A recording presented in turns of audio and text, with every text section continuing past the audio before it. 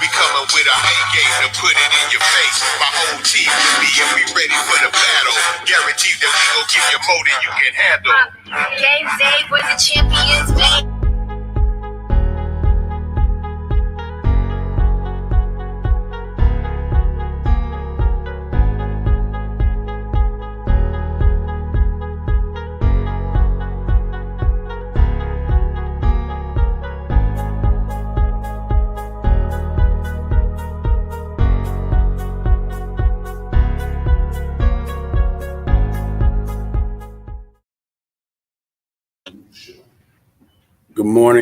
Good morning, Facebook, YouTube. We appreciate you guys tuning in. This is the Reach Podcast Show with LeVar Ellis. And obviously, we are here having an amazing show today with my man, Black Snow. And we're going to talk about this legendary Houston poet, the godfather of the poetry game right here in Houston. So we want to come to you guys, bring ourselves into the screen, and just say welcome, welcome, welcome. We appreciate everybody joining in. So Brother Snow, man, welcome to the show. I appreciate you being accepting here, the offer. Yes, yes. Good morning.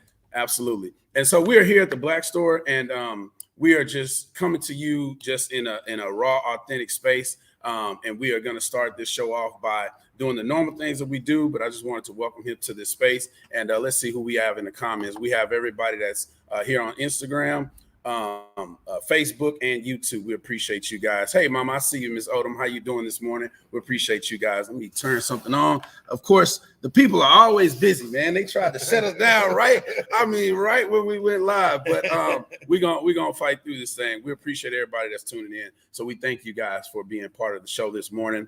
We are closing out, man. I'm excited. We're closing out a tribute that I call myself doing this month, the Black History Tribute, and we're going to commence this whole celebration that we've been doing all month long via my podcast and via the platforms that I have. But it's going to commence tomorrow with the poetry night. So if you guys are in the search for something to do, I would say you definitely want to come out, experience what's going on tomorrow, because it's going to be a very, very, very good time.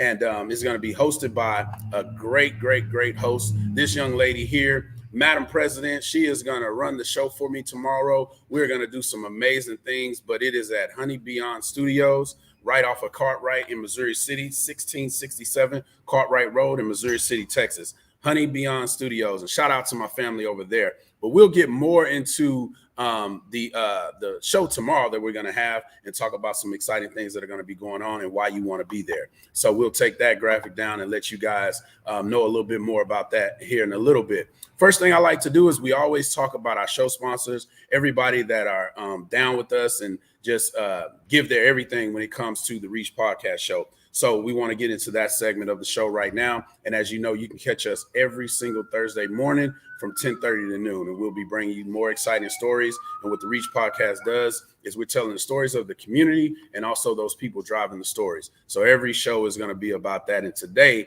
we have a true legendary, I am Black History itself right here. We're going to get into this brother's story here in a minute.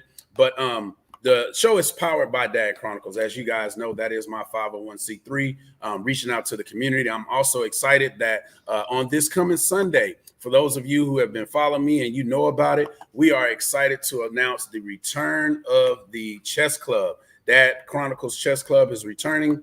DK2911 Chess Club. We are starting back up, and we will be in Rocheron, as you can see on the bottom of the flyer there, 15054 Highway 6. In Rocheron, Texas. We'll be there starting at 2:30, and we're just going to say until right now because we want to have a nice welcome back. Welcome the students that are returning, welcome people that are brand new, but we are excited to announce the return of the Chess Club. So we'll be definitely indulging and looking forward to you guys to being out there on this coming Sunday. So next company I'd like to highlight is another company that has just been down with me for the last year and a half, and that is Wbp Radio. So when you hear Wbp Radio, that stands for We Break Purpose Radio. It's positive hip hop and also sprinkle in a little gospel in there. And so go to your Play Store, go to the Google Play Store, and what is it, the iTunes Store, and you can download it, you can listen to it, and what they're looking for you to do, man, is give them a review. Send a review back in after you've listened to it for a little while, and we'll put the logo up so you'll know that you're in the right app once you go to it. And then that way you can just get the positivity, because we know we all, and I'm a parent, I know we always talk about what our kids listen to. I find myself being that same parent right now. I remember back in the day listening to NWA and all that stuff. Parents didn't understand what was going on. You know, that's where the Will Smith song came from. Parents just don't understand. And I guarantee you, I'm one of those parents right now, because some of this stuff sounds crazy. But anyway, go and check out WBP Radio, We Break Purpose Radio. The website's flowing at the bottom of the screen. And check them out. And again, send them a review and let them know what you think about their platform. And my man Tibbs, shouts out to him. He is expanding that radio station, which is based out of Atlanta. He's bringing it down here and trying to get a Houston sector flowing with that radio station. Next, we have to give a huge shout out to our family that is going to be hosting the event, like I said, on this coming Saturday, Honey Beyond Studios, right there in Missouri City, Texas. Of course, I'll put up their logo as well. So that way, when you see this, you know this is the right space to be in. Honey Beyond Studios, 1667 Cartwright Road, Missouri City, Texas. And just come and have a good time. The doors are going to open up at 7. Again, we won't get into all of that right now. We'll talk more about that here in a little bit, but it's an amazing night that you don't want to miss. However, if you can't make it tomorrow, if you have an event coming up, a wedding, a baby shower, a bridal shower, a bachelor party, I don't know, just a birthday party, anything that you want to do, it is a blank canvas, and they can create that and transform it into any type of space that you need it to be.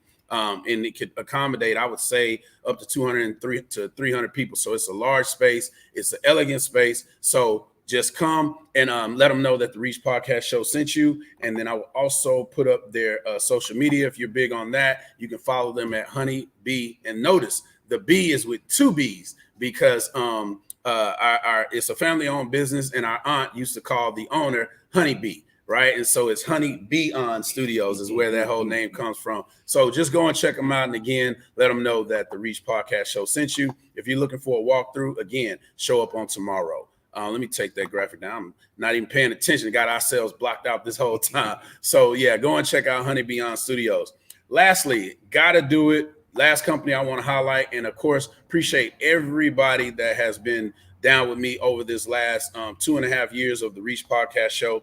And that's none other than the Black Store. Man, big shouts out to my man Randy and my boy Floyd over here, co-owners of the Black Store. They are doing their thing. This is where we are right now. So if you have an opportunity to pull up and you're close, come and be part of the Reach Podcast Show right now. But big shouts out to them, a beauty supply store where they give you a whole experience, man. 2 brothers owning this store, 2 brothers of our color, and it's all about the culture. They do a whole lot for the community, so we definitely want to pay homage to them, and we're definitely going to be doing that because, again, with the Poetry Night on tomorrow, they are going to be our honorees of the night, and just one of a few that we have. So definitely want to give a huge shout out to them, and I appreciate them on this journey. And we'll get more into the story and why I felt like they deserve to be honorees on a platform that they actually helped me create, you know. So big shouts out to them. Appreciate them so much. So come and check them out. Come jump in the camera, man, real quick. Come jump in the camera, bro. Like, get in between us if you can. I'm good right Let me take this down real quick, man. We can do what we want to do on this show, and that's the beauty of it. Let me take this graphic down. But just go on and shout out to the people right quick, man. Look, we appreciate everybody coming and being involved. I always tell people your skin is your ticket in. Yes. Come here. We love everybody. You know, you go get that #1 customer service. Hey, when we bring it, just bring the spirit. We love everybody. Absolutely. Love to see you here. Absolutely, man. Y'all come check them out at the Black Store. And, of course, come pay homage to them and celebrate with them on tomorrow. Tomorrow. Yeah, tomorrow at the Poetry Night. So, big shouts out to everybody we announced. Big shouts out to everybody that I have not been able to announce. But I just want to say thank you. This particular Poetry Night is going to mean a whole lot. We're going to have a great time. And now I'd like to bring forth this young man that's sitting next to me. And notice I said young man because if you know him, you know him. This brother moved, you know, and I want to be like you when I grow up, man, honestly speaking. But this is Brother Black Snow, and I'm going to put up a couple things on him. And I just want to say welcome to the show. You have a few things that's going on This is Brother Snow, man, the thinking man. I call that picture the thinking man. Let me take these graphics down really quick. But you are doing some amazing things here in Houston, and you are Black history, and that's what we want to talk about today. Most certainly want to talk about that. And let me get this up really quick. And then also, he has a business. As you guys may know, you've experienced some of the things that he puts out, and you've experienced some of the nights. So we're going to get into that story. He is the CEO and founder of Snow Industries. Take heed, no pun intended. Black Snow Industries is what it's all about. So again, welcome to the show, brother Black Snow. Appreciate you being here. And so we just want to dive in, man. Okay. So first, I'll let you say hello to the people and say what you need to say out there in cyberspace. Yeah, just glad to be here for Black History Month. One of my favorite months is Black History Month. Every day to me is Black history. And if you feel the same way that I do, you know that the time is now for us to pull together and kind of support each other because of the kinds of things that we see going on in our communities and in our country. Yeah. So I'm just glad to be here and glad to encourage everyone to kind of support each other. Yeah. You know, in whatever endeavors you have going on out there. The best thing to do for us as a group of people right now is to help each other and stop looking for help from someone else, because we can do whatever we need to do ourselves. Yeah. And that's kind of what my mantra is going forward, is that we don't need help from anybody, because the people that can help us is you and me. Yes, sir. We can help each other by sticking together. So that's kind of what I believe and what I feel. Okay. So, absolutely. And I concur with you 100%. That's what it's all about. People coming together, not trying to hold each other down, withhold information, all this and all that, man. Y'all were just talking before the show, talking about a whole bunch of things, just spitting out nuggets and stuff like that. So it's absolutely about that. But in doing so, you know, I wanted to bring you on because, again, this platform, we're celebrating the 1-year anniversary of me incorporating poetry into the show. Right. And I know we don't know each other too well, but we've seen each other. I've been over there to Sugar's Cajun Cuisine and enjoyed plenty of your shows that you have over there.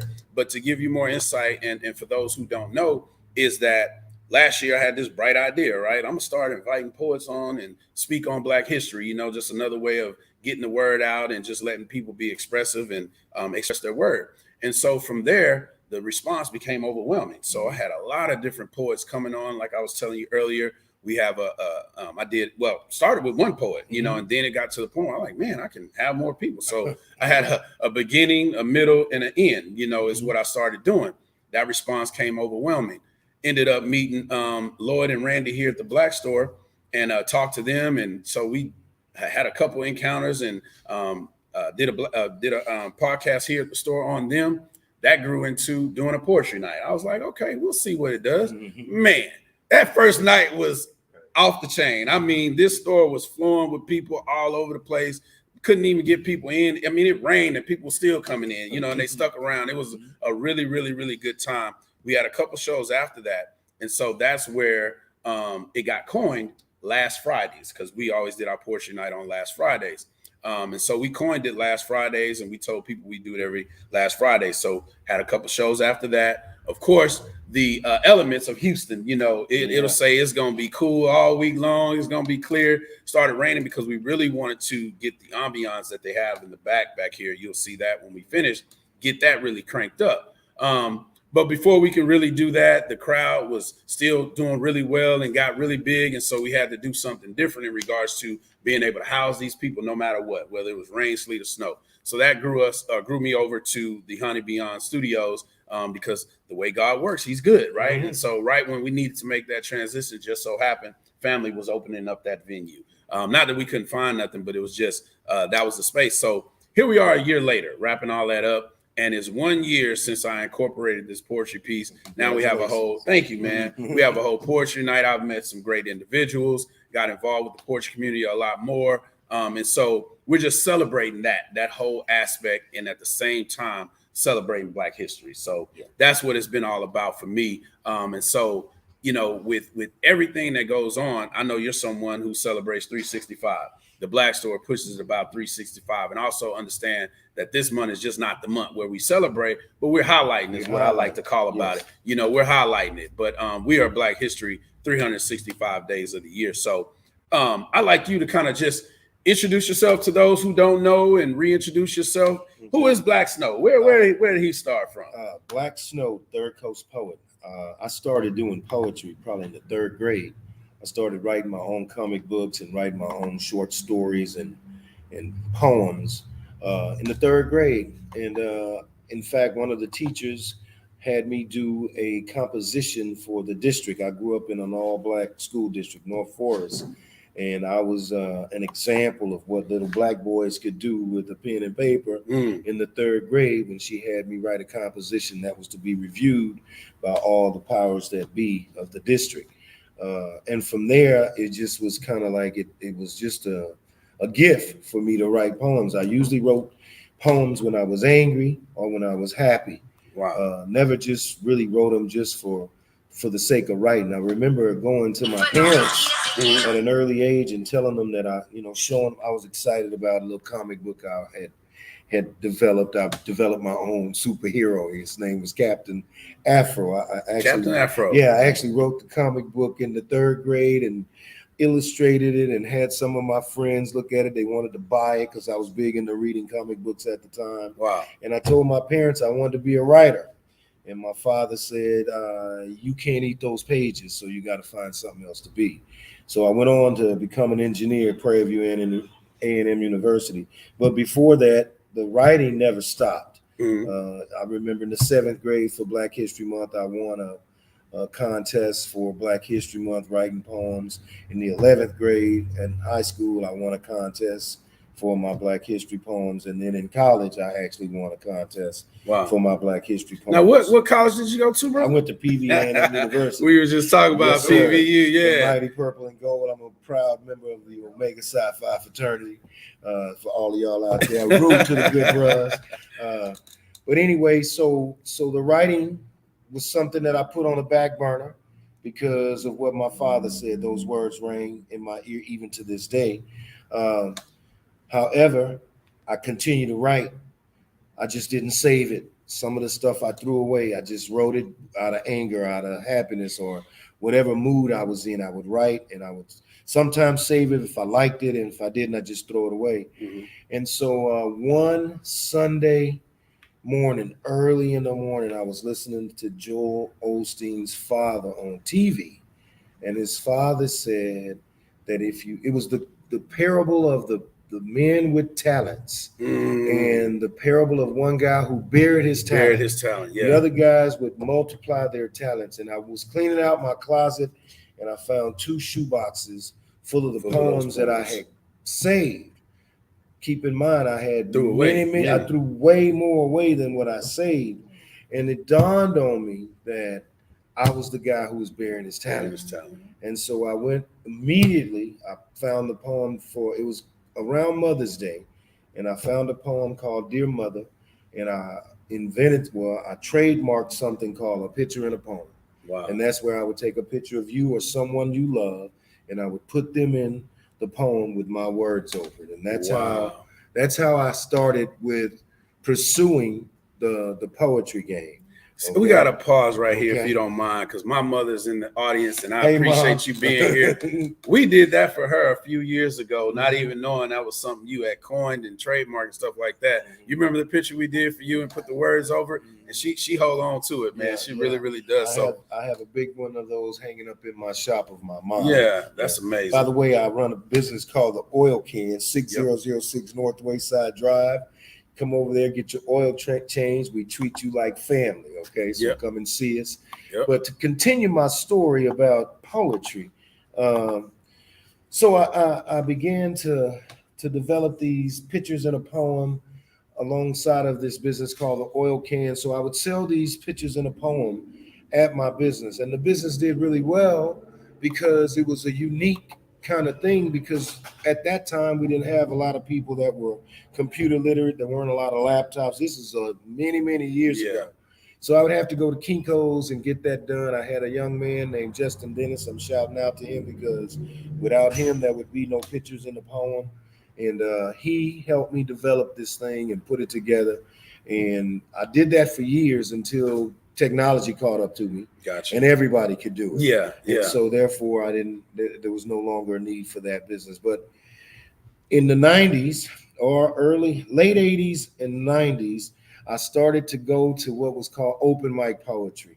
I remember sitting in a Mahogany Cafe looking at some amazing poets perform. Jabari Aziz, Brother Said, people like that were on the stage. And at that time, I had never taken a stage. I had only been a writer in the closet, behind the scenes.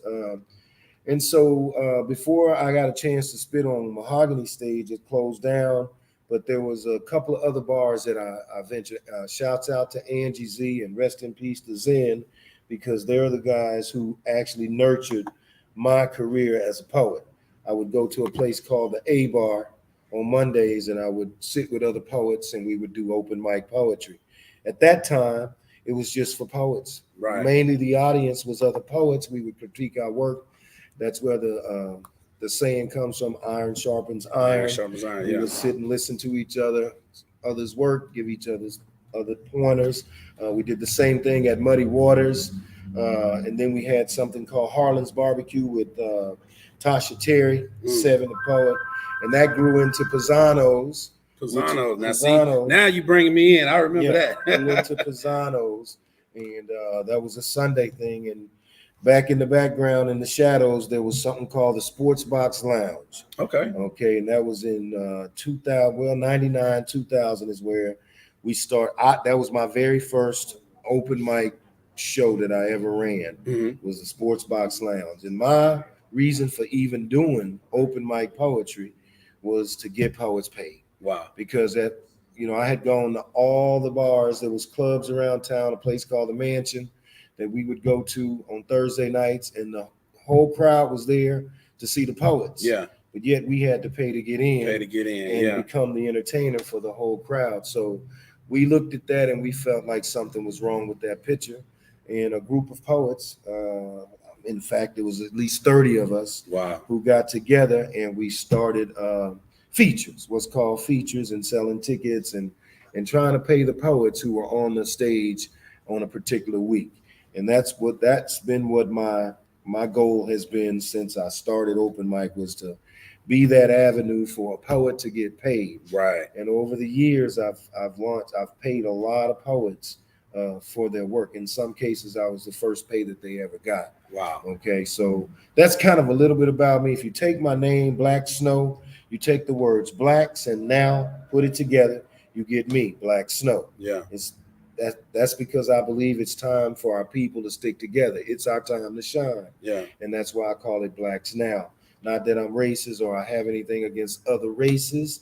It's just that I love my people. Proud of your people. Yeah. Now that's interesting. I was going to ask that question. How did you come up with the name Black Snow? And it's not really Black Snow. It's Blacks Now. Mm-hmm. Wow. Yeah, so I love it, man. But I guess, was it intentionally meant to be a hidden thing? Like, why did you not go with Blacks Now? Don't sound right? Or what's your idea? I did it in college. And so at the time, I didn't want to ostracize myself with the majority culture. Being smart. Because I was a mechanical engineer. I'm a mechanical engineer. I had to go interview and go in the industry and go to work. So I didn't want to appear too radical, which was a problem in itself. Yeah. That I had to feel like I was too radical for industry, okay, or for anybody. Yeah. And to this day, I still harbor those feelings. I sometimes get upset with our people who are afraid to be black because there's nothing wrong with being black. Yeah. I hear people talk about black holds you back. I don't believe that. I believe black actually accelerates us. It's why we are who we are, because of the melanin in our skin. So I'm unapologetically black. Yeah. At this point, I don't have anything to hide from anybody. I tell them just how I feel. But of course, I'm older. Yeah. And more seasoned. And I mean, I've just been through a lot of things, a lot of struggles with life itself. And so I have my way of being and my way of doing things. And that's just who I am. And I admire others who can stand and speak their mind no matter who's in the room. Right. I don't temper myself because there's the majority culture around me. I try to be who I am with you and with them or with whoever I'm around. So Yeah, that's kind of what my story is. yeah, that's amazing within itself, man. And hats off to you for that. Yeah. So with that, man, it's so much running through my head, and I want to make sure I get some points out that I want to get out. But I'm glad you brought up the name, because that was definitely one of them, and it's even more interesting to understand how you put that together. And I can totally, even now in today's time, understand why you would make that conscious decision to do it not so radically, you know. And it just makes so much sense. But anyway, with that being said, what is Black history to you? What does it mean for us to continue to talk about it and not get the type of recognition I think we should? Because there's so many people we could highlight. You know, just a couple of weeks ago, are you familiar with Freedmanstown right here in Houston? Yeah, I just did a show over there with them. They're holding on to that community, and so just things like that. You know, so what does it mean to you, and you know, how would you speak on it? Well, I tell you this, man. For me, Black history is personal because I know my history. All right, my ancestors were enslaved for over 100 years. I'm the direct descendant of the Mount Verde slaves of East Texas. Wow. The direct descendant. My great-great-grandfather was Scott Henry, and him and his wife were born into slavery in the 1700s. All they ever knew was slavery. So for over 100 years, they were owned by the same family. The Devereaux of France. Right. So I actually know my history, and it brings tears to my eyes to recognize that for 100 years, a group of people were held back and were denied freedom. Right. Freedom to pursue happiness, liberty, anything that we have today. So for me, that history is important to remember so that we don't let it happen again. Right. One of the other things about Black history that's very important to me is to highlight the unsung heroes. Yes, we have our major figures in Black history, but there are stories that we have no idea happened. Yep. An example, like this month, we're highlighting Black women, you know, Black queens at Sugars. Right. And some of the things I've learned by researching about Black queens, there was a group of ladies who sorted the mail back in World War II, Black ladies, and they made sure that every soldier got their mail. That seems like a mundane task, major. something very unimportant, but to those soldiers, that mail from home was their lifeline.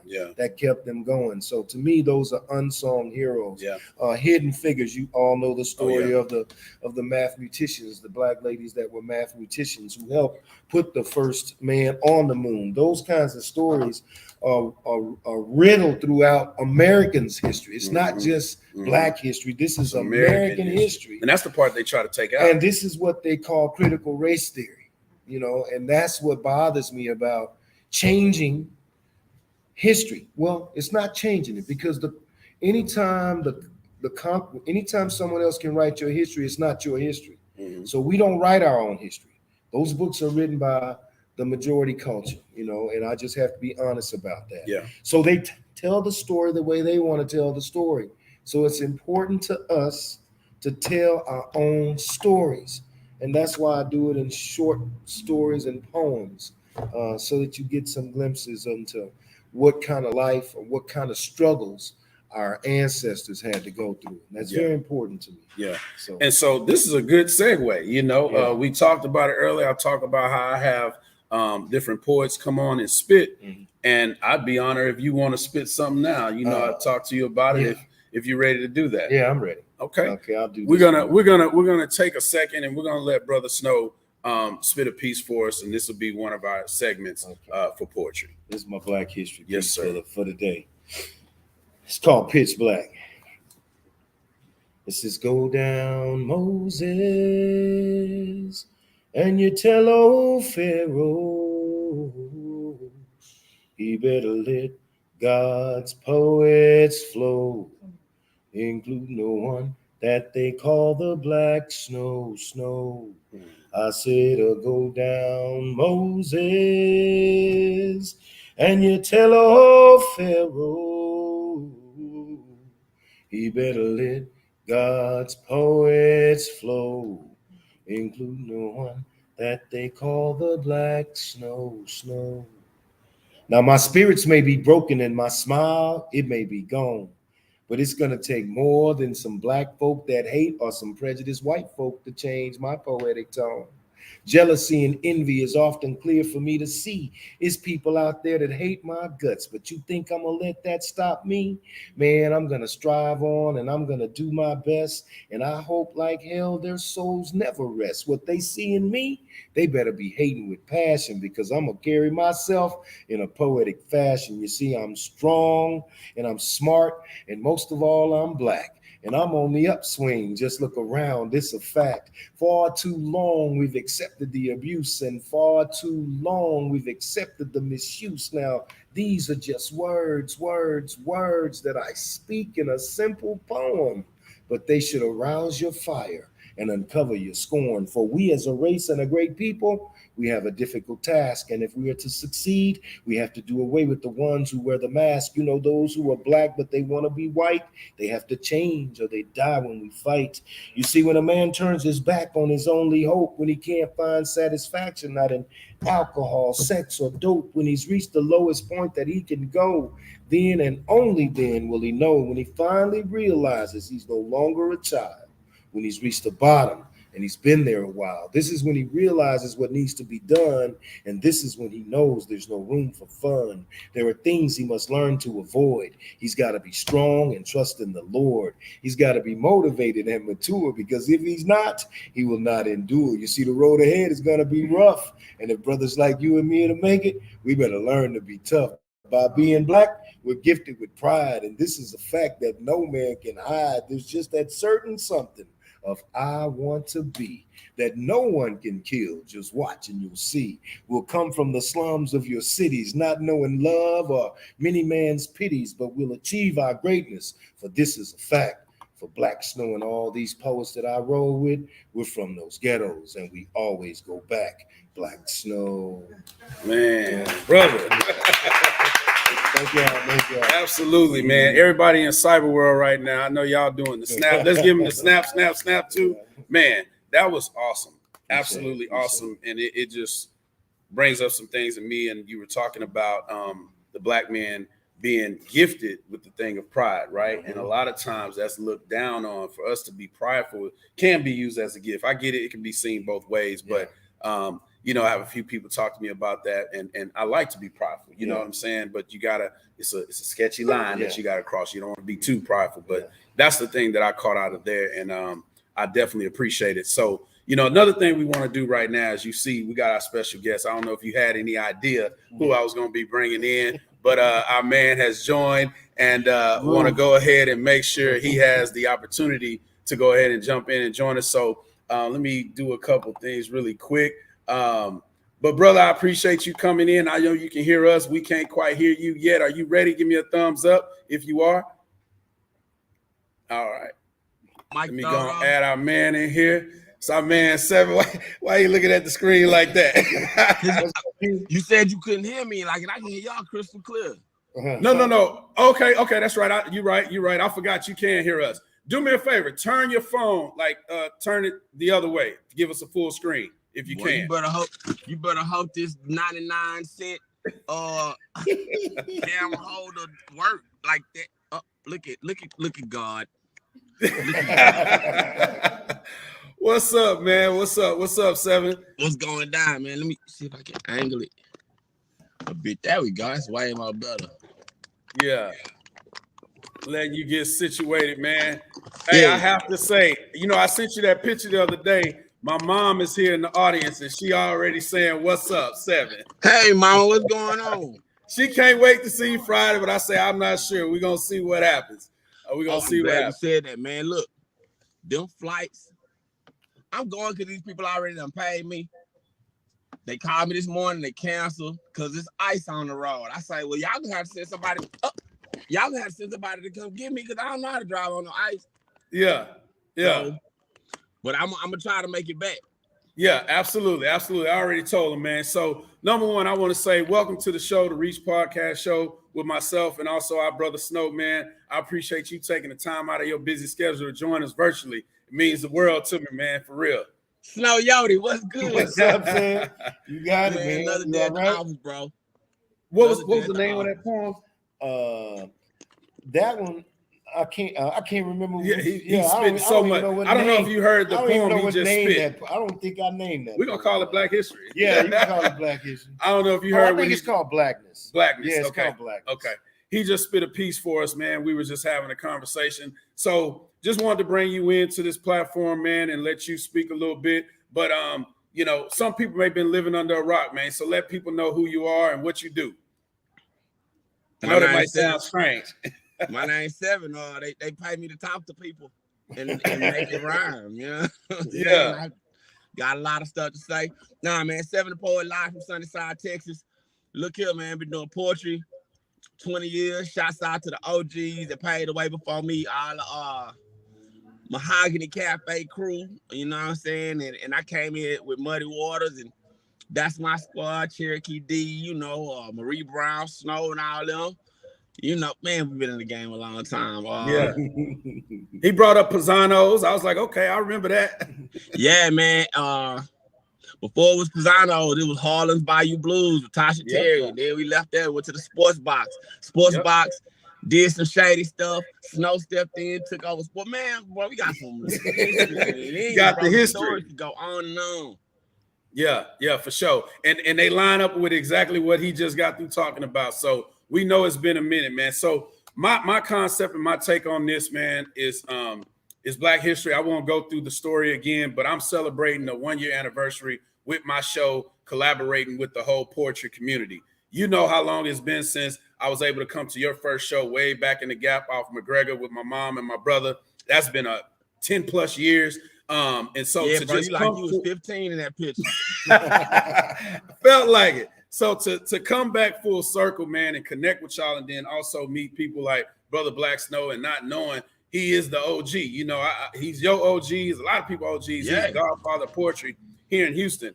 I find it important and necessary to honor you guys and basically celebrate that on tomorrow night. Even if you're not there, you definitely know it's all love, and you're gonna get what you need to get when you come back. But just as it relates to Black History and the love, because I'm quoting it, Love and Black History Edition is what I'm calling the poetry night tomorrow. So every poet is going to spit a piece on love and Black history, and if they get a chance to do a third piece, they're going to freestyle that piece. So in your own words, this is what we were just talking with Black Snow. What does Black history mean to you, man? And why is it so important we keep pushing this, and not just this month, on a 365-day type of tip?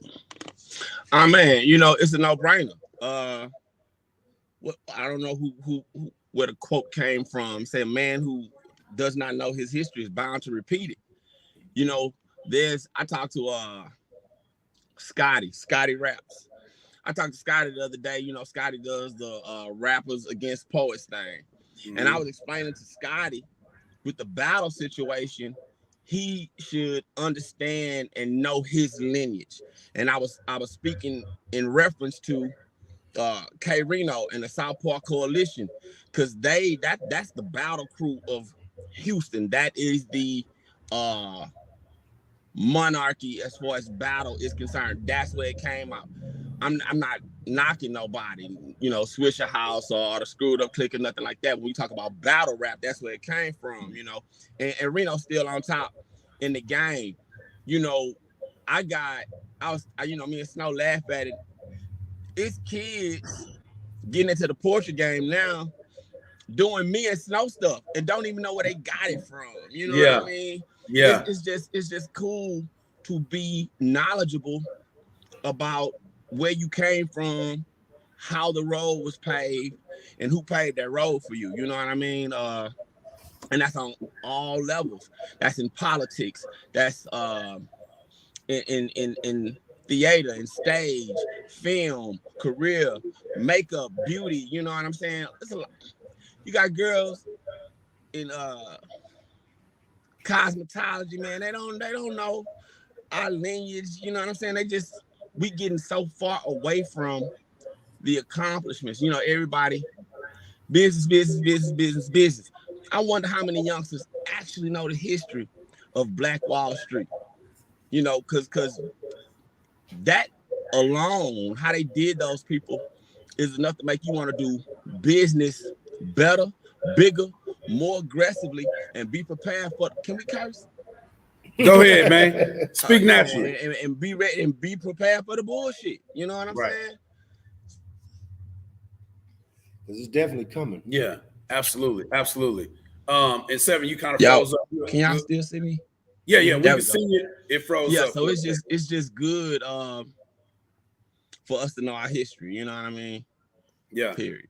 Absolutely. And man, I second all of that. And that's another thing. Huh? Wait. I can't hear y'all.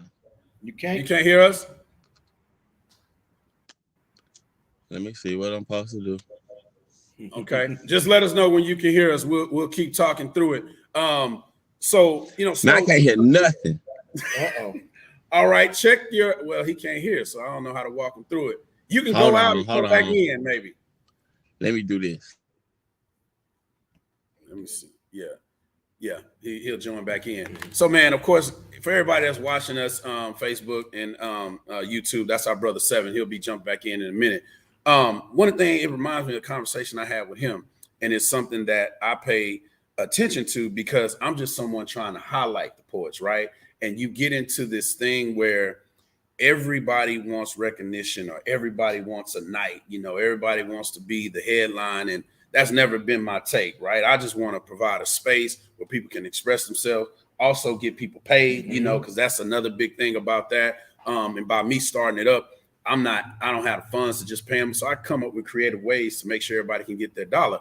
But where do you feel, where do you stand on that part about the competition level and all these different nights? Because me and 7 had a conversation like this, and I was just wondering, what's your take on it? Here's my take. Okay, when I started doing this 20 plus years ago, the vision was to grow, and Houston became a fertile place for the arts, especially poetry. We had a spot every night of the week. And in some cases, I had all of them. When I was younger, I was committed to bringing this art form to places that it had never been before. Right. And one of the things they credit me with is taking poetry to the hood. I took poetry to Mr. A's the Club, and it was a smashing success in the hood. Yeah. Somewhere where you wouldn't think people would enjoy the arts. Right. They overwhelmingly enjoyed it. And from there, I went all across this city, taking this art form. So to answer your question, I expected the growth. Okay. I expected to see other people step up and have shows. What I didn't expect was the division. Okay. And that's where we have to work on. We have to work on partnering and working together. Yeah. And one of the things that one of the groups I'm working with now is the New Poetry Era. Right. And that's a collaboration of camps, if you will, because there's different camps. Yeah. Believe it or not, poetry is like church. Yeah. Okay, like the churches. Everybody don't go to the same church. All right. If some people will go to right about now, those same poets, some will and some won't come to Sugars, or they won't go to the Media Block. You know, it's just different. They won't come. Just different people had different segments, and we all kind of stayed in our own lanes. Right. But I think at the point that we're at now and the growth that we've experienced, we should all try to work together. We should not try to be stepping on each other. Houston's a very large city, and it's a very fertile market. Right. The people are hungry for what we have, and we should feed them. Yeah, we should feed them with some substance, things that they can use. So my take on it is I expected the growth, but I did not expect the division. Yeah. And that's what I don't like to see. And I think we have to work on that as a community we have to kind of get rid of the division that I see. Yeah. And I think some people are starting to recognize that and are starting to work together, because together we just might make it, but divided we just might fail. Yeah. So we need to start trying to stay more together than we are divided. That's Absolutely. my take. Absolutely. I mean, you heard it right here from Snow. I mean, I wholeheartedly agree with that.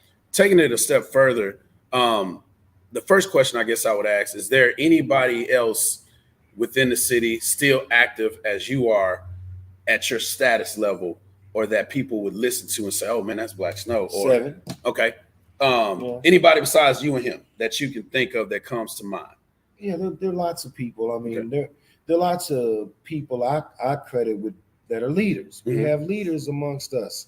Amir Safi, he's run one of the longest running open mics that this city has ever had, and that's, well, other than there's another spot, but the Right About Now, that's one of the oldest spots we have, continuously running spots. So he's a leader in our community. Gotcha. We have Khalid the Future. We have Scott Free. We got Carlos Wallace. We have different people, and we have a lot of new people. We have yourself, that are here, that are leaders, and as a leader, you're saddled with the responsibility of ensuring that we get along. Okay, we should be conscious of the fact that, okay, Snow's over here on Thursday night. I don't want to open a spot on Thursday night right down the street from him. Why would we want to split it? You already went where I was going. Yeah, because that's the part that had me almost just step away from it by not actually being an artist, but understanding the value that I bring to the table, because it's absolutely from the heart and absolutely trying to expose all these different artists. But all the competition, man, that's just not my lane. What we have to learn is we have to learn to be like everybody else and work together. And together means a lot of things. It don't just mean me and you we share a common value. It's where we have a common strategy, right, to grow our art form. Right. Okay, there has to be a strategy put in place and say, okay, North Houston, this is what we're gonna do. South Houston, this is what we're gonna do. West, South, North, wherever we are, we have to have a strategy and organize. Yes, yeah, and organize so that we can provide this city with the top quality performances and shows that they deserve. Yeah. Okay. And that's kind of where I stand right now. I think that we're on the brink of greatness. We haven't gotten there yet. We still have a long ways to go. I think you're going to see bigger venues with more people, like the Garage. We do that once a month. That's you got 400 to 500 people in that place. Yeah. Okay. That's probably one of the bigger venues right now. And the goal should be to fill up the Smart Financial Center. Right. Just like any other art form. My thing is this, that the poets, we are the oldest art form known to man. Before there was music, there was storytelling. Okay. It is the oldest art form. And we have a rightful place. If you notice throughout this land, there are poets in high places. You see them on all of the inaugurations, TV shows.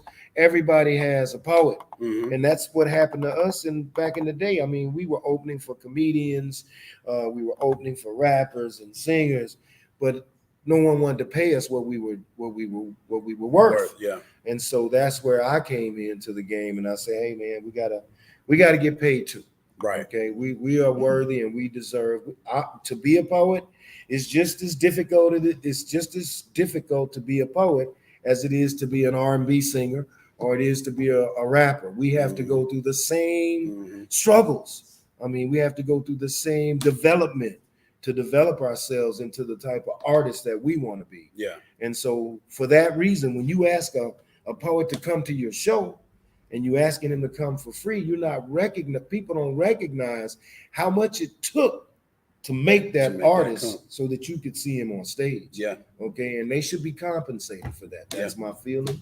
And that's how I believe. And that's what I'm going to be promoting. And I'm going to die fighting for the poets to be paid the rightful amount. Yeah. So that's absolutely that's me. That and man, I share the same sentiments with you. And like I said, just starting off, I'm nowhere near your tenure, in this game. And that is absolutely what I want to see is people getting paid their worth and knowing their value, because that's what it's all about, and I talk about that with my people. And the circle is good. And so the reason for me asking that question, you've already answered, is it was going to be, what would you tell people? What would you tell those that you think would listen to you? And the whole thing about organizing, and you went as far as talking about North Houston, South Houston, West, East Houston. Like, we have to be strategical about this type of thing, especially when it comes to poetry scene, and just making sure it happens in the right way. I'm gonna share this story because it's important to me, and it should be important to this community. There was a time when we had no spots for people that looked like us, okay? Because we couldn't get along, because we wouldn't support certain people or certain venues, and we lost those venues, and now we had nowhere to go. So we had to go to the other people in order to get on the list, in order to spit. And that didn't look good, and it didn't feel good, because you were going to go last. You can get there early as you want, and you were going to be put last on that list. Wow. Okay. And you weren't going to get a feature, no matter how good you were. So those things are important to me. That's what motivated me to go out and do what I did, because I never wanted to see this city with that as large as we are, without a spot for people who look like us. Yeah. I never want to see that. Yeah. And especially because we killed it ourselves. Okay. So we have to learn not to destroy what's been built, because it's easily done. This is the fabric is fragile. I mean, this took years to build, and it can take weeks to destroy. Yeah. Okay. So, and I think by us learning the history, back to the Black history part, by us as artists learning about our history and what we've gone through, or what the people before us have gone through, and using that knowledge to build upon, I think that we would be in safe hands. Okay. But if we don't know that history, then we're destined to lose what we've built again. Yeah. And that's what I don't want to happen. So that's why I stay active. It's easy for I'm older now. I could easily back out of Man, the you're a game. fighter too, man. I came to one of your shows. You talk about you had just went through the surgery, you were recovering, man. you had situation, you had to go fishing. I've been following, it's just you keep fighting and you keep trucking and you doing it for our people, man. I just want to say I appreciate you for that, because it takes it shouldn't, but I think it takes a special kind of person to really, really, really fight for the things that you believe in, the things that you stand on.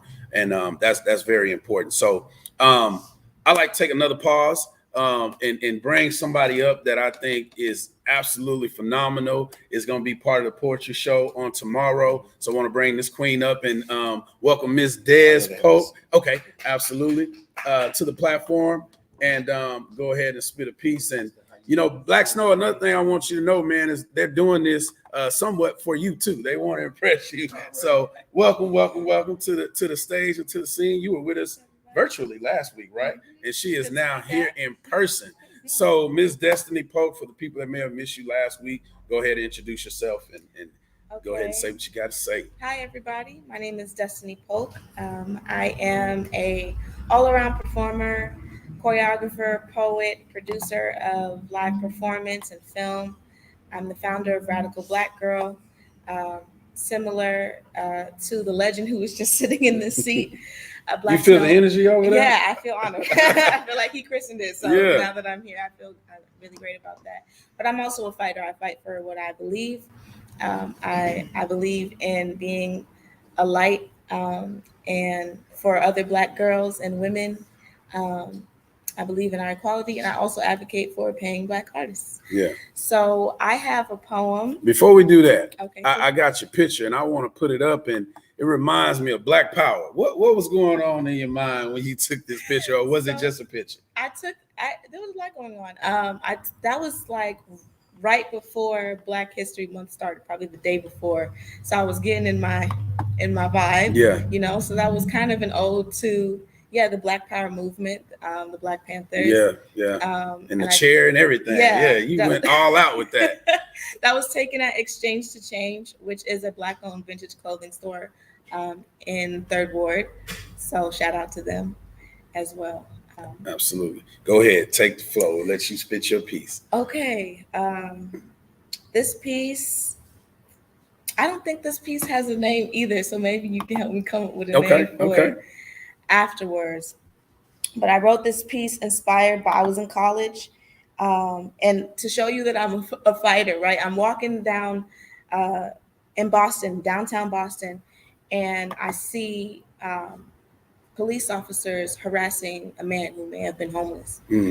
And there was a crowd forming, and they're, arresting him roughly. And I was the only one who spoke up. Everyone else was holding their phones and just shaking their head. And I was the only one who actually went up to the officers and said, what did he do?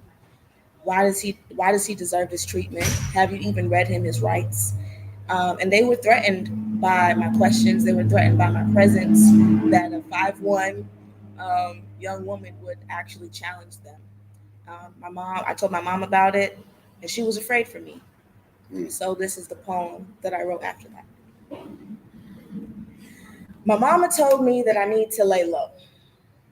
I speak truths in mic booths, finding clues, no Fox News, red, whites, and blues, snooze on browns, blacks, and yellows. She told me I need to be mellow, just kick back and cool it, but my heart go dung like cowbells, or da-da-da like drum drills, dark like oil spills, but we don't talk about those. Sick, sadistic wizards putting pills and potions in our watering systems. I'd rather die by dehydration than continue to drink from a nation whose water supply supplies hospitals with patients. We drink in troubled water, bathe in troubled water, and God's gonna trouble the water. So I should probably cut it out. I promise I'll shut my mouth only when I'm on top of the highest mountain, and my words travel with the wind, and knowing is as easy as breathing, and I'll never have to speak again. But until then, I'd rather scratch records, reverse them, and run them back. F for efforts to wake some sleeping giants who have forgotten their own names. But who is to blame for a lost language? A bunch of shadows with no faces, facing the truth with no places to run or hide, so they must face it, ready or not. Ready or not, here I come. You can't hide your intentions. It's in the eye of your glisten. I mean, the glisten in your eye. We know these things. Yet we neglect our capabilities of mass communication. It seems like we need public demonstration to speak loudly, for our voices tremble on their own. This is mass incarceration of the mind. Whip lashes leave lips splattered. I think I better hold my tongue, but I like the taste of my own freedom, because freedom run when night falls, but dogs run when masters call. I don't know if I can outrun them all, but it's definitely worth a try. But then my mama tells me that I need to lay low, that I need to move slow, that I might just not know who's threatened by my words, by my potential. She tells me she doesn't want to have to sue some asshole who couldn't handle the heat in my speech and decided to off me. I hear you, mama, I promise. I just got to get these chains off me. And sometimes I don't speak softly because I need to get my point across. Believe me, mama, I speak truths in my booths, finding clues, no Fox News, and no, you won't lose your daughter to red, white, and blues or men in black suits. So I'm going to lay low. I'm going to lay low. Man. Absolutely. Sister, man, that was deep. I ain't going to lie. I got tears while I'm happy. Like, I own so many emotions with that piece, man. That's phenomenal. That's all I got to say. That is absolutely phenomenal. And I appreciate you again coming up here and doing what you're doing. It's just I'm speechless. Honestly, I really am. So Snow, you can work your way back up here. Audience, do y'all have anything y'all want to give words to Sister Des? Yeah. Yeah, absolutely. Absolutely. So that was a piece by Miss Destiny Polk, man. We're gonna encourage her to call that piece Lay Low. So, Brother Snow, talk about it, man. What do you think, man? Oh, I love it, man. I love it. Great poem, man. Caught a lot of emotions in that poem. And it was for a worthy cause, because a lot of people are afraid to speak up, especially to authorities. Mm-hmm. And you never know, man, you can make a difference in someone's life, by just asking questions, by saying, hey, George Floyd is a perfect example of that. People are saying, hey, he can't breathe. Just let somebody know that you see what they're overlooking. So I appreciate that, y'all. Yeah. I appreciate it. I'm looking forward to seeing you on Friday night. At Beyond. Yeah, absolutely. Oh, I got a shout out to my SI family, man. Go Snow ahead. Industries. I got a shout out to Rain, Nef 007, Shiny the Poet, Chocolate Lava, AT. A number of love for the SI family, man. That's right. And there it is right there. Snow Industries, man. Talk a little bit about that really quick. Also want to talk about the oil can, make sure people understand that. Okay. And then we'll close up with a couple of things. So how did you go about creating Snow Industries? Snow Industries was created probably 2004. That's after it got a little more busier for me. Mm-hmm. I couldn't host all the venues, so I started incorporating other people to help me host. Shawnee and Bishop Ragtime were the very first hosts that I ever employed with Snow Industries, and shout out to them for being founders with me. Yeah. But we kind of grew. We are a troupe of poets, and what I like is that we a troupe of poets who go around to different venues in the city. We provide the poetry, we provide the hosts, and we provide the DJs for poetry shows. At our height, there were 11 poets, and right now we're down to 6 poets, including myself. I'm the 7th poet. What I like about Snow Industries is we're more than just a company or an organization. We're like family. Mm-hmm. We've been together for a very long time. In fact, we are the award-winning Snow Industries family. We've been recognized for our work throughout the city of putting on those various shows throughout the city and for staying together. And what I like to tell people is there's some kick-ass poets in Snow Industries. So, Yeah. if you ever seen us perform, you'll know that you're not dealing with just regular people. Yeah. Man. Those people are committed, just like I am, to bringing us this art form to this city. So shouts out. Happy Snow Black Industries. History Month, Snow Industries. Yeah, absolutely, man. Y'all do y'all thing too. And it's an amazing thing to see. And I get a chance to come on Thursday. That's another thing I'm trying to work on, being able to get everywhere. That's another big problem when you're busy and you're working, and then for myself, I find myself one, because of my little man and just everything that I'm doing. And then these people are like, well, come out to my show. And it's like, dang it, man, I can't make it. Yeah. Then you turn around, you ask them to come to yours. It's It's like, but hopefully everybody understands, man. But much success, continued success to you and Snow Industries. But talk about the oil can a little bit. Make sure people understand that. Hey, the oil can is that's my life's work. That's my labor of love. I've been over there for 28 years.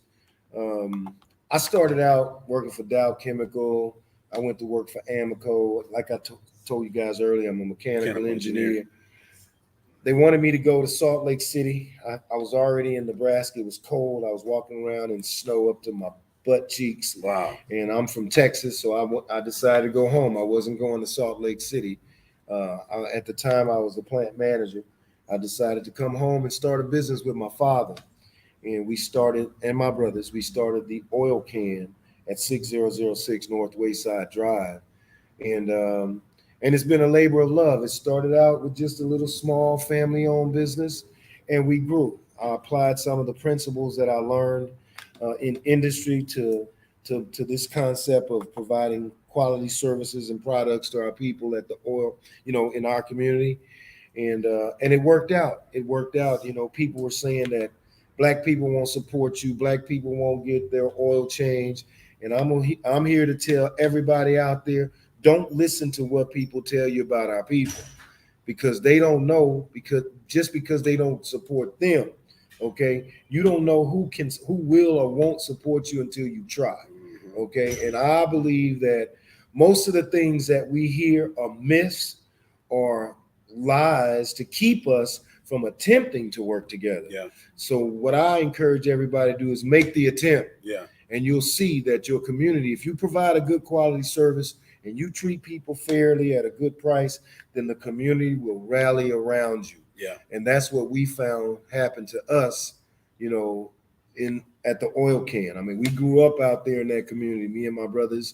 That's where we grew up. That's my root. Yeah. And so I'm very proud of the success that we've experienced, and I'm just here to tell anybody out there that's looking to be an entrepreneur or going into business, start with your people. Yeah. You know, start with people that look like you, because you'll be surprised how many people want to support you because you look like them and they trust you a little bit more. So don't be afraid. And don't listen to people telling you what Black people can't do. Yeah. Because when I was growing up, they told me I was going to be dead or in jail. But I didn't listen to that. They told me I couldn't go to college. I didn't listen to that. So anything they tell you that you can't do, just take it with a grain of salt. Just because they couldn't do it doesn't mean you can't do it. Absolutely. And I send that out to everybody out there. You're spitting a lot of stuff that I used to say.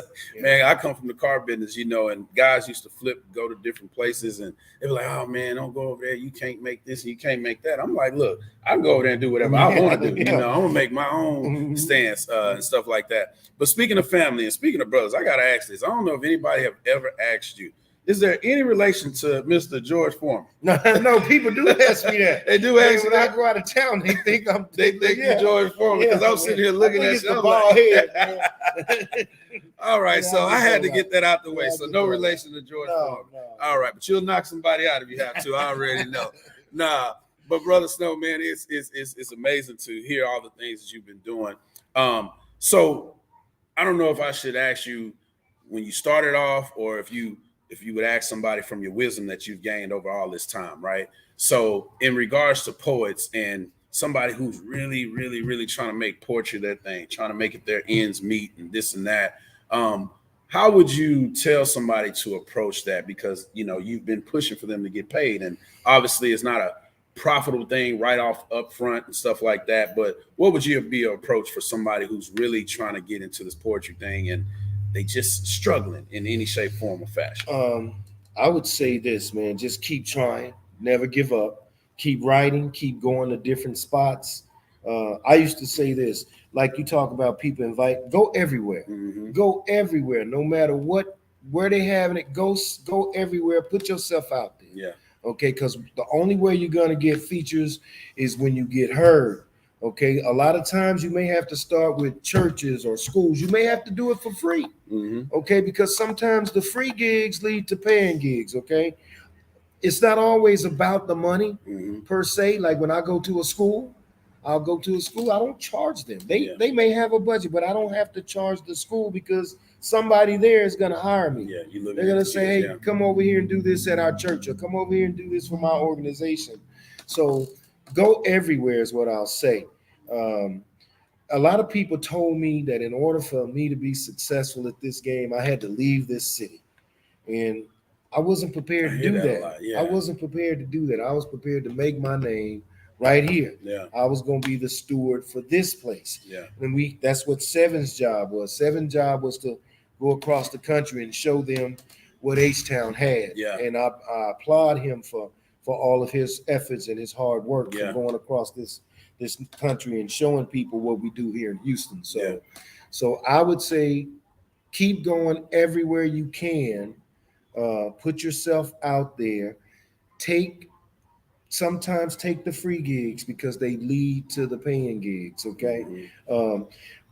Write your book, get your book out, get your book published, get you some merchandise. Always have some merchandise with you. I make CDs. I have 5 different CDs that I've made over the years.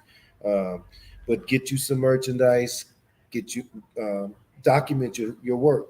Let somebody know that you've been here by writing your book. You know, even though I haven't completed mine, I tell people all the time, Work on that book, man. Work on something tangible for yourself. Yeah. Don't be like I was and bury your gift. Yeah. Okay. Yeah. Take that gift out of the closet and go share it with the world. Yeah. Okay. And then it'll multiply into something beautiful. So that's my advice. Absolutely, I don't know man. if it makes any sense. Man, it makes all the sense in the 25 world. cents will get you a cup of coffee anywhere, except Starbucks. Except Starbucks. Absolutely. I mean, it makes absolutely all the sense in the world. And I'm with me doing this podcast, I'm always thinking and I'm always trying to capitalize on moments. And this is a moment where I'm going to shift and do something that I wasn't going to do right now, but we're going to do it. But I want to welcome my man, Dexter. But no, I don't want you to leave. I want you to stay right here because he's the epitome of our Black culture and what you would end up being if you stay stuck, right? Took a journey because of one wrong decision. In full circle, he's created a product. He has a book, but he's giving it away, right? Mm-hmm. We've been talking about, him getting the money that he needs to keep producing and be able to keep giving this book away. But he's doing a lot of what you just mentioned, documenting and just, I have so much respect for this brother, man. And y'all will get a chance to speak briefly here in a moment, but keep going. His story is about keep going, overcoming and becoming is how I'm gonna sum that up, man. But Dex, come on up, man. Grab a chair. I'll have you come over this way a little bit, and then just bring a chair on this side. This brother has a story, and glad he was here today. He's moving and shaking. He had something to do this morning virtually. He knew where we were at this morning. He knew what the show was. And I'm glad that he was able to make it, man. I appreciate it, man. So Dex, meet brother Snow. Snow, meet my man Dexter Powell. Yeah, so when I tuned in, he was saying about getting the oil change. Yeah. And I just got off the phone with my dad, like, man, I got to get an oil change down here. So that works out perfect. Yeah. So we got to get that. Absolutely.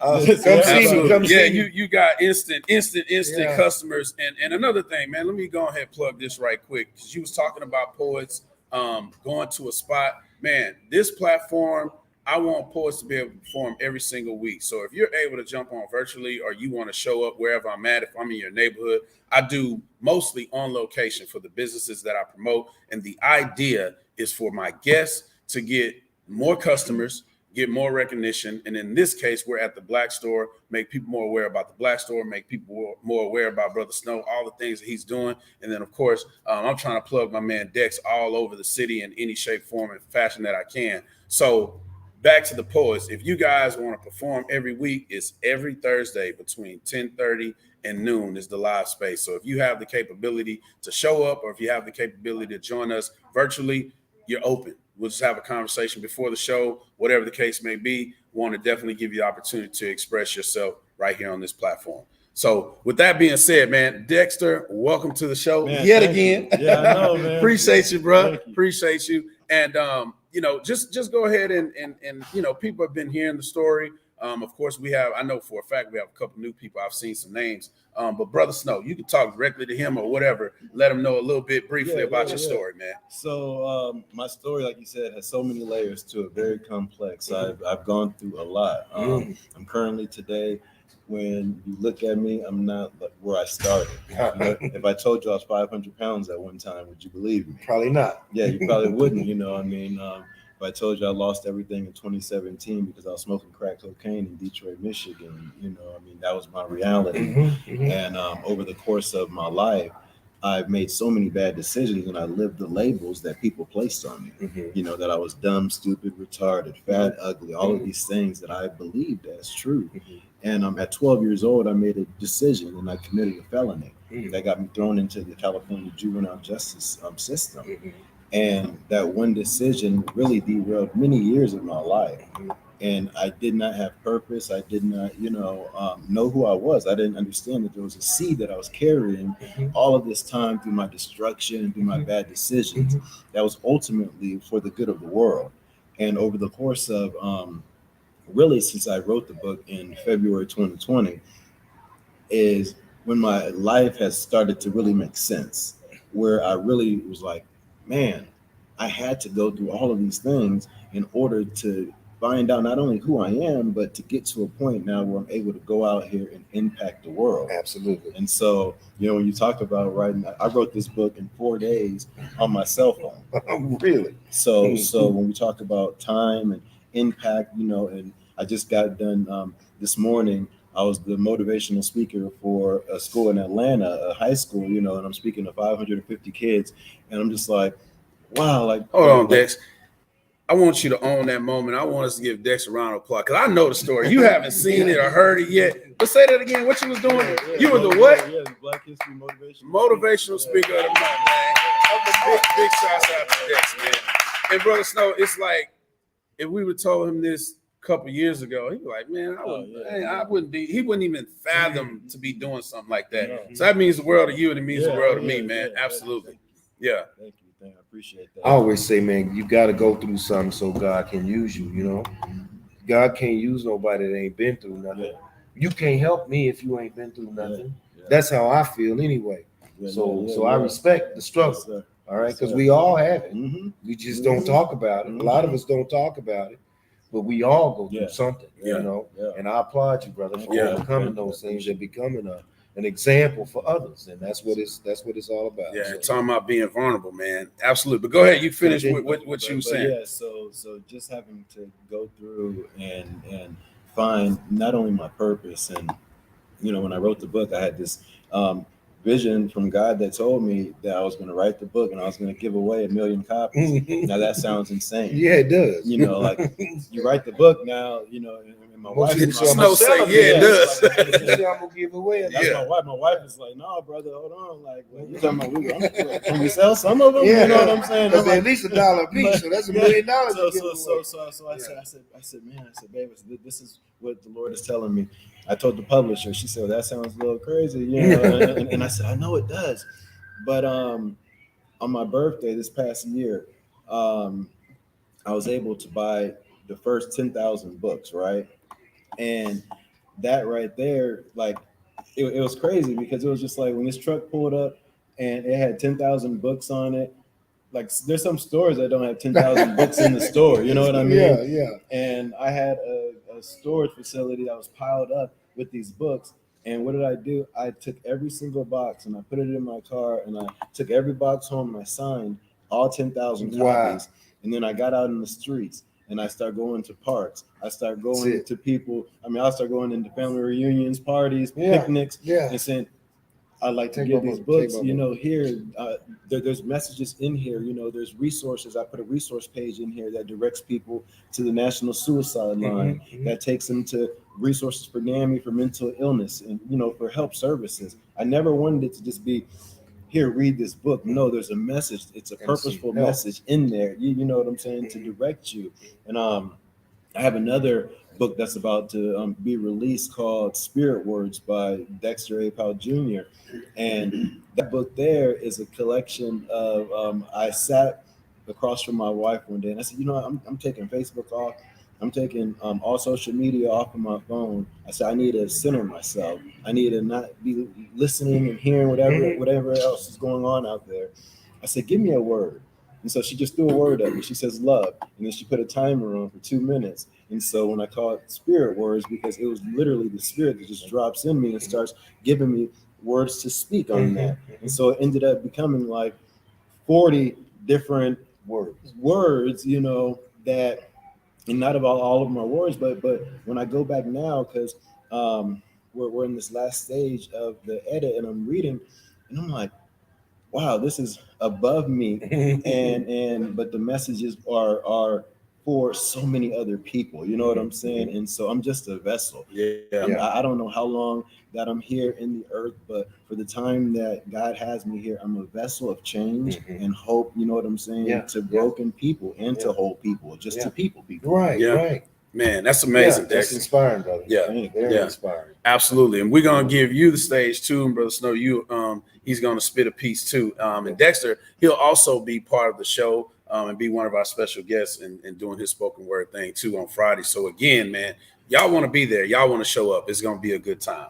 Well, go ahead, Dex. Even that right there, man, it just blows me away, right? Because I'm a storyteller and I'm a writer, but when I hear a lot of, poets and they're rhyming and things. And I told my wife, I said, well, I'm not like a poet. I said, because I'm like, my words don't rhyme like that, you know. And she's like, babe, like all poets aren't rhyming. That's right. That's right. So I said, okay. He said, okay. So I can do this. So I actually wanted to read this piece that this is one of the words that was in Spirit Words that's coming out, and it's called Distorted Reality. Okay. What you are and what I see is a mixture of confusion that has come from a generational bias that has caused our perception of one another to become distorted and misaligned. This has led our lives further apart while pushing the borders of our self-inflicted parameters that have become locked into our supposed love for one another in a world of perceptive deviation. This has altered our views of each other, and we focus only on that which we see, and that is skin. We have become desensitized to what's happening amongst our nation, and our perception has become widely distorted in horrid reality. There is no clear picture in the realm of chaos. What we are currently witnessing has now erupted across our entire world. We have opened the door to a division that was never hidden, and your view of us as people has catapulted our anger into a full-on rebellion against oppression, and our fear has manifested into a fight for the personal freedom and rights that we all deserve. Throughout this complex reality of indiscriminate racism, we see the measure being delivered has been solely based on diminishing our value both from an internal and external point of view. Don't believe the lies they've been feeding you for hundreds of years about who they say you are and that you hold zero value of influence against people who were born with privilege and without resources to back their assumed favored birthright. You must know at this very moment, during this uncertainty that exists in our world day to day, that our self-respect, dignity, and rights at freedom and equality are on the line like never before. You, my friend, come from a royal lineage, and you possess exponential power that is needed to rise in the world of fire with the flame-retardant suit on, readying yourself to extinguish the fires of racism, bigotry, and hatred once and for all. I am Dex Speaks. That's what's up. Absolutely, man. And that's just a little bit of what this brother does. I'm just singing in praises because I've met him in such a short time. We've done a lot together and have plenty to do moving forward. Absolutely. That's for you. I'm taking one. Yeah, absolutely. One of the million. Snow's like, let me get that. You take it too long. Let me get y'all that. what you can get, man.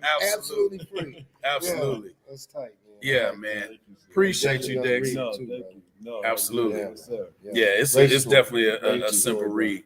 And I call it the handbook, you know, because you from City Gas, you know, this area right here, it's a lot of young men, like you just said, that we all go through something. A lot of young men, if they would read that and really hone in on it, it'd help so many people, man. And wouldn't even have to be as long a struggle you went through. But you know, we on that mission. But go ahead, son. I just want to add that it doesn't matter how you start.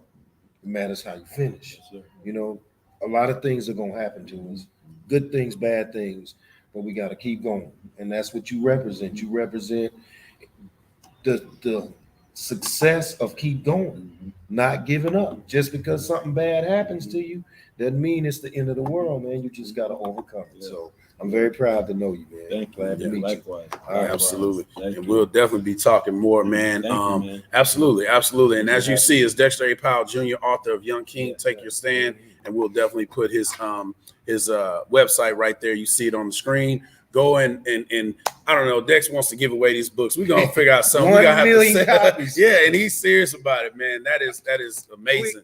Quick interjection. Yeah, go ahead. The guys who make the socks, they made socks, okay?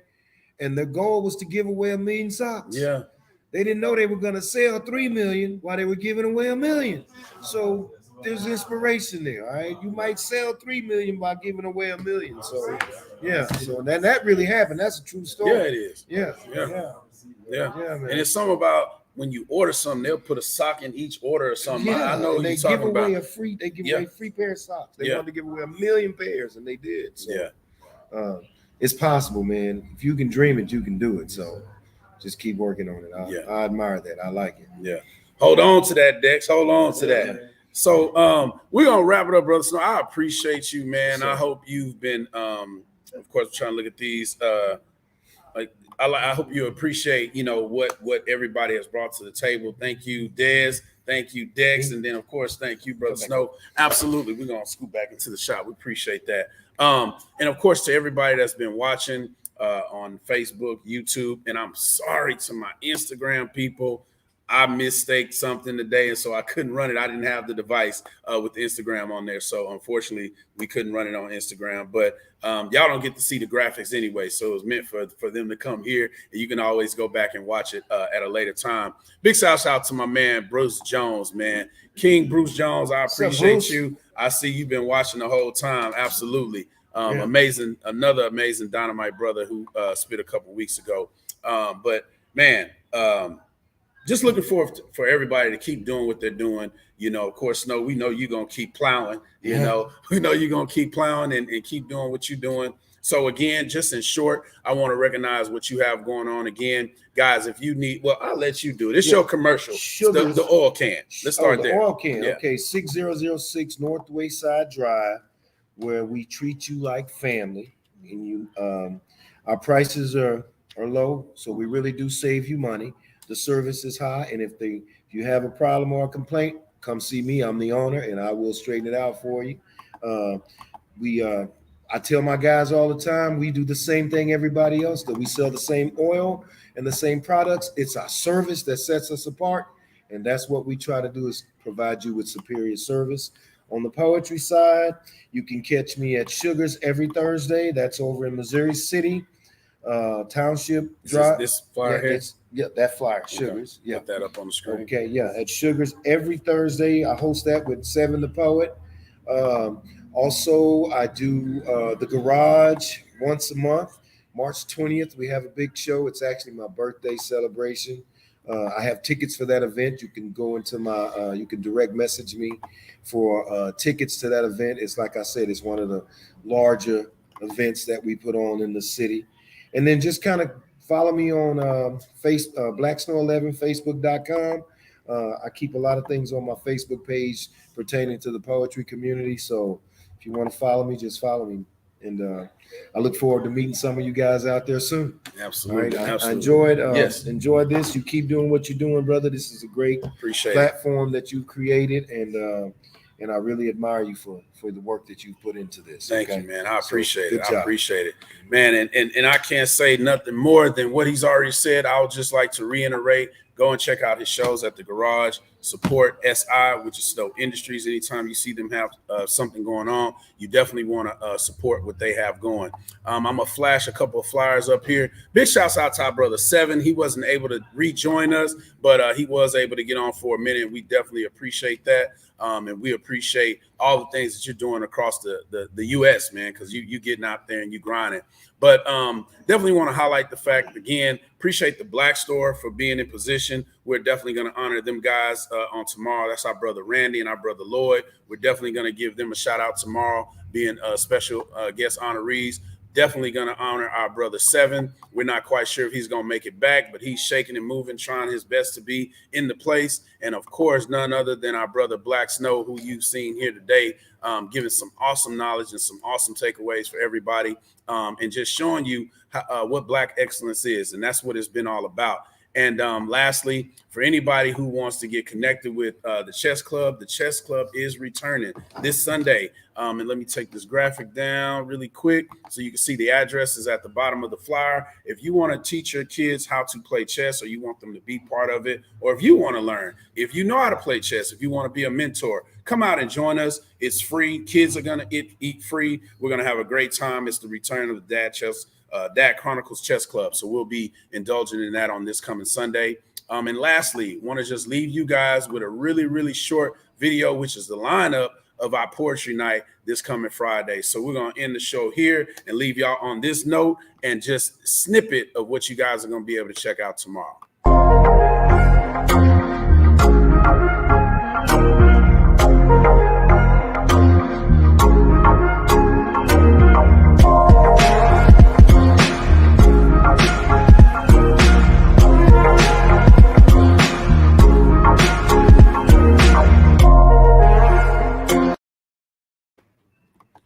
So again, man, that is a short snippet of the show and the people that'll be part of the lineup that we'll have out there on Friday. Y'all enjoy the rest of your day and have a great weekend. And I'm going to say this, every now and then it gets cold. Don't let that cold weather stop you, because we're going to be inside and we're going to be heating up the place with all these great performers. So we'll see y'all until next week. It's another edition of the Reach Podcast Show, where we're telling stories of the community and the stories of the people that are driving those stories that we're telling. So we appreciate you guys for tuning in. Until next week, we'll see you. Happy Black History Month. Absolutely. That's a wrap.